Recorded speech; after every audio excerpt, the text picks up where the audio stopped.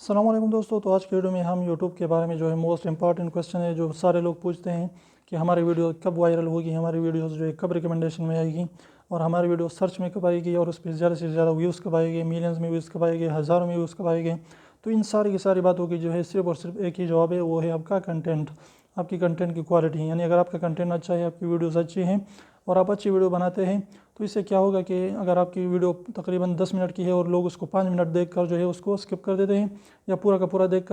लेते हैं, तो इससे क्या होगा, यूट्यूब वाले को लगता है कि वीडियो अच्छी है, उसकी ऑडियंस रिटेंशन जो है 50% आती है या इससे भी ज़्यादा आती है, तो वो उस वीडियो को जो है ज़्यादा से ज़्यादा इंप्रेशन भेज देते हैं, उस वीडियो को ज़्यादा से ज़्यादा लोगों को सामने लाता है। यानी वो जो है उसको रिकमेंड भी करता है लोगों के सामने, होम पेज पे भी लाता है, उसको जो है सजेस्ट भी करता है लोगों को। तो इस तरीके से उस वीडियो पर जो है वायरल हो जाती है, उस पर व्यूज़ भी आना शुरू हो जाते हैं, वो वीडियो जो है वायरल हो जाती है, सर्च में भी आ जाती है